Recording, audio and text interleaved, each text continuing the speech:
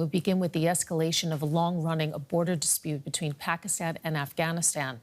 The Pakistani defense minister has spoken of, quote, open war between the neighbors. Pakistan's military has released these images of early morning airstrikes that it carried out in Afghanistan. Now, Islamabad says dozens of Afghan Taliban fighters were killed. Pakistan struck the capital, Kabul, and the targets in Kandahar and Paktia regions. The Taliban says that its forces have hit back, sending drones against Pakistani military installations. Pakistan accuses Afghanistan of harboring militants who launch attacks inside its territory.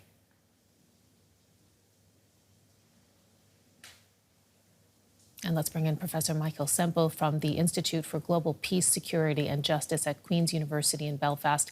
He's been involved in peace diplomacy in Afghanistan for both the UN and the EU. He advises senior policymakers dealing with militant Islamic movements in Afghanistan and South Asia. Thank you so much for your time. Pakistan is directly targeting its former allies, the Taliban. Why now? This is a very serious escalation, and it comes on the back of the continuing insurgency inside Pakistan, which they obviously blame on the Afghan Taliban. We've had a string of suicide bombings carried out inside Pakistan. They responded with attacks on the Pakistani militants who are operating outside of Afghanistan, which is something we've seen many times over the past 2 or 3 years. The Taliban decided to escalate by launching attacks on the border. We've had the Afghan Taliban firing across the border into Pakistan.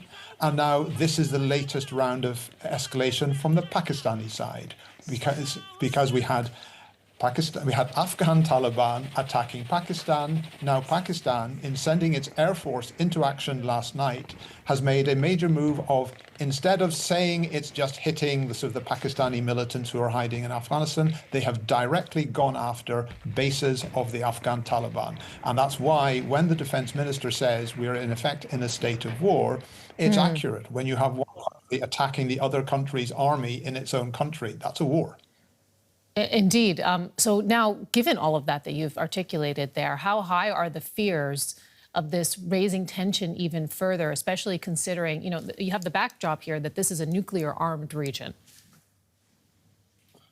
Absolutely. And for many years, when all of our countries were involved in Afghanistan, when I used to talk with senior American policymakers, they said what we're really concerned about is the stability of Pakistan. In a sense, they sort of said that Afghanistan was a sideshow. And now we have a situation in which both countries are being destabilized, that the Afghan Taliban have essentially been spoiling for this fight. Over the past 3 years, I have been able to document a whole range of measures which they've been involved in, which made it absolutely clear that they worked on the assumption that they would again be in a state of war. They have been investing in preparations like extensive preparation of underground facilities where they can hide during bombardments. So to me, it seems absolutely clear that the Afghan Taliban have no intention of backing down. In a sense, perhaps they're quite happy to be in a state of war. They're a military movement. So then how would you stack these two parties up? Because, I mean, it is quite clear that Pakistan has the superior military capabilities. But, the Taliban has a long history and is quite adept at guerrilla warfare. How do you see these two sides stacking up? They each have the ability to do a lot of damage to the other. It's hard to say that either of them has the decisive advantage which would allow them to end a war, score victory over the other. The Afghan Taliban, of course, their strengths are their ability to sustain damage. The bombardment last night is water off a duck's back for the Taliban. They have dangerous supporters inside Pakistan, so they would expect to be able to destabilize Pakistan from inside. Pakistan has got, of course, conventional military might. It's got its air force, but the Taliban have got 30 years experience of fighting against such assets. So if this escalates, it's difficult to see how it de-escalates, because neither side can actually win.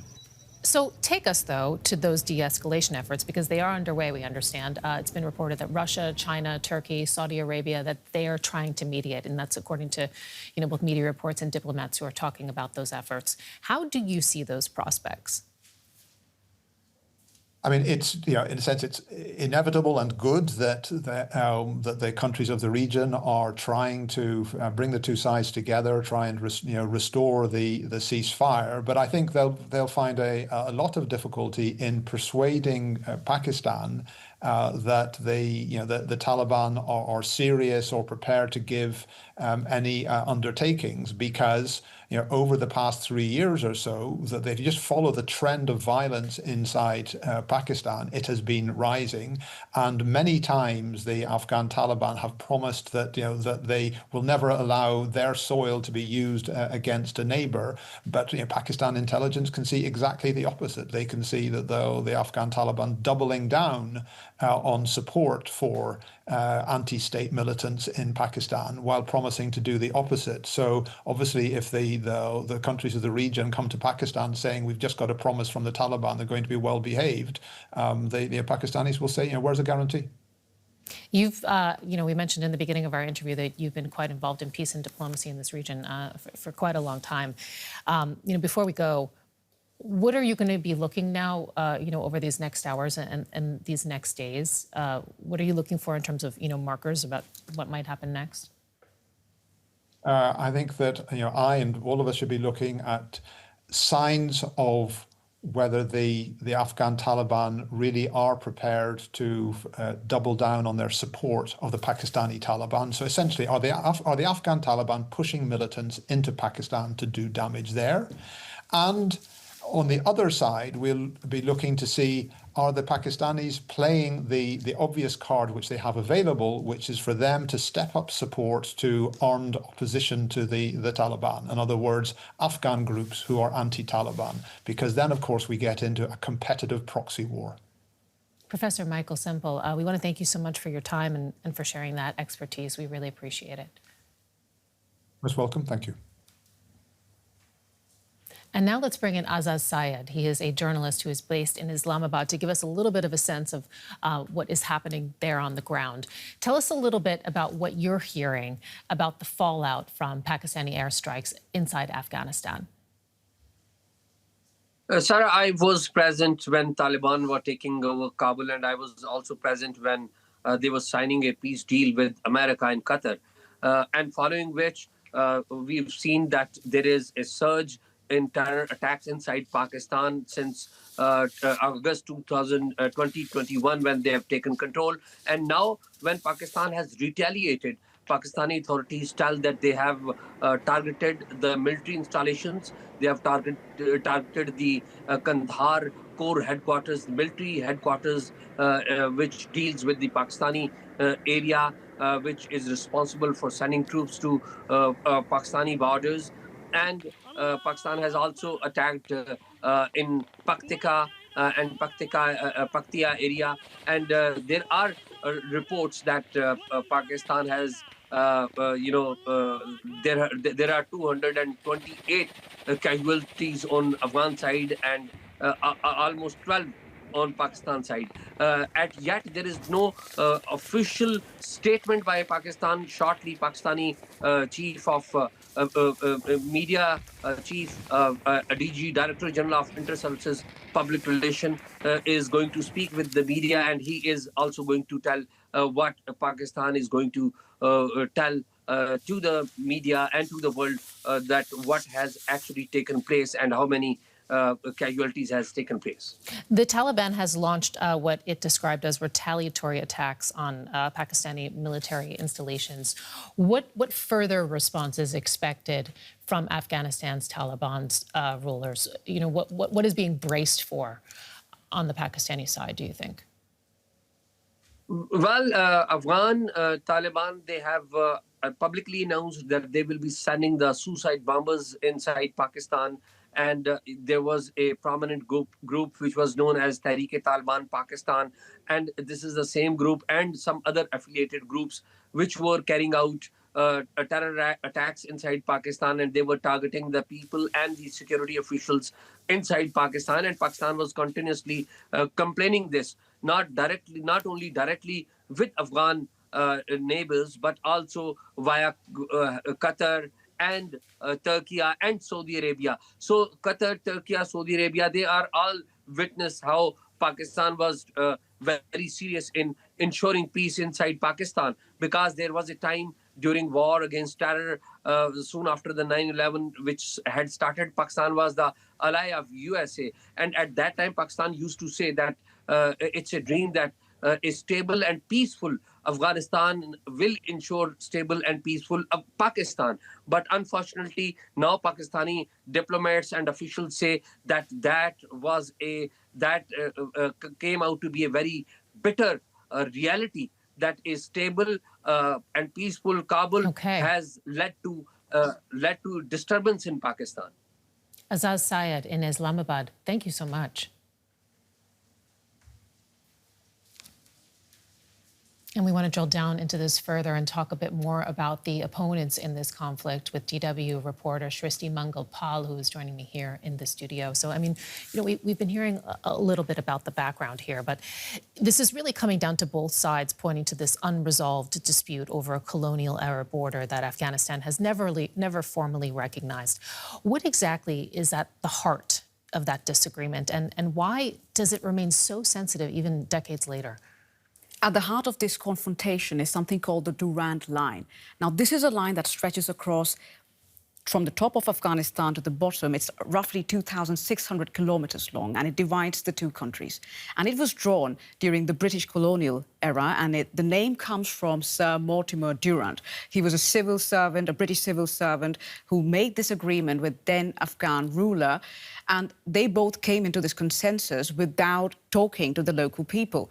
Now, this line has divided communities, and especially a community called the Pashtuns. The Pashtuns not only live in Afghanistan, they are also found in Pakistan's Khyber Pakhtunkhwa provinces and Baloch provinces. And they used to be one community formed and across different tribes. Now, they had to share resources, and this border was porous, and they used it to trade with each other. Now, ever since that line has been drawn, every successive government from Afghanistan has refused to legitimately accept it, because Pakistan has controlled it and has started fencing it, closing this border up to their own advances. Pakistan's side of agreement is this border is so porous that it allows militants to get across without much monitoring. And armed forces, especially the federal armed forces of Pakistan, have often used it to gain access to Afghanistan. And Pakistan also claims that militants from Afghanistan have often used the border to get through. But who are caught here are the locals, the Pashtuns, who speak Pashto, which is very close to Dari and Farsi. And these communities find themselves caught here without much security, without, having the chance to really trade with each other, and they are now sequestered. And beyond, the geopolitics of all of that and the wrangling of all of that, who is going to bear the brunt of this escalation on the ground? Because there are people there. Very simply, the civilians. You've heard with the other experts, we hear about military casualties and, the loss of life on both sides, from the Taliban forces and the Pakistani forces, but we do not have a lot of data about civilian casualties. A lot of civilians who live in the Afghan side of the border actually came back once the Taliban government took over. So they have moved back to this province, and we do not know if there are any evacuation operations going on to get these civilians to safety. And the military has definitely not ensured if there are enough hospitals set up or there are evacuation centres. We do not know if they exist as of now. So the people paying the price are the civilians. Let's broaden this out to the regional players as well. And I'd like to ask you specifically about the global powerhouse in the region, China, because China says now that it's, and I'm quoting here, deeply concerned and has offered to mediate. Why is Beijing stepping in now, and what does it stand to lose if instability deepens? it stands to lose multi-billion dollars worth of investment both in Pakistan and in Afghanistan. So there's something called the CPEC, the China-Pakistan Economic Corridor. Now, China wants to connect Western China to the Arabian Sea. So they've invested multi-billion dollars in the Gwadar port, for example, which is Pakistan's largest deep-sea port. They've also invested heavily in Afghanistan. Ever since Taliban took over, Afghanistan had a lot of problems going up with their finances. They had to take a lot of loans from different countries. And that is where China stepped up. They helped build roads, build institutions, and get projects up that would ensure jobs. Now, we have seen in the past that most of the attacks that have happened in Pakistan, which have been claimed by the Taliban in Pakistan, they have concentrated these attacks on these Chinese projects. And the aim of these insurgency groups or militant groups is said to be, what experts say, that they want to target these Chinese projects. So if these clashes go on, these investments could be really unsafe, and China stands to lose a lot of money if that is the case. Okay, so you have players now looking in, and they're looking at these two sides and how they might stack up. And I asked this a little bit earlier, but I'd like to ask you as well. If we're looking, at the Pakistani side and the Afghan Taliban, tell us a little bit more about how these two stack up and what they might be bracing for, indeed, when it comes to these clashes. As Michael Sample said, Pakistan is a nuclear state. They've got warheads, they've got armoured vehicles. Pakistan ranks regularly in the top 10 armies in the world, and they have racked up their military prowess because of their neighbour, India, with whom they do not have very neighbourly relations. India being such a large armed power, Pakistan has made it a point that their armed forces become more powerful, especially under the leadership of their now Field Marshal, Asim Munir. Military has a lot of power there. And when you look over to Afghanistan, they have under 200,000 active military personnel in the Taliban-led forces. And most of the weapons they used are from the times when the US soldiers retreated or Soviet soldiers retreated. So these are armoured vehicles or dozens of combat helicopters and a few rifles, which we do not know what kind of maintenance they do for these weapons. But they also make it a point that Afghani soldiers or Taliban soldiers or the militants who operate in these areas cannot be underestimated because they always had a lack of resources, yet they know the topography and the terrain rather well. Whereas the federal Pakistani army soldiers who do not come from the region definitely do not have the upper hand here. So while Pakistan is the stronger military partner, we know for a fact that the Taliban-led forces, they have their own tactics, their own strategies, which up to now have proven quite useful for them. Shristi Mengo Pal, DW reporter, thank you so much for joining us to put that into context for us. We appreciate it.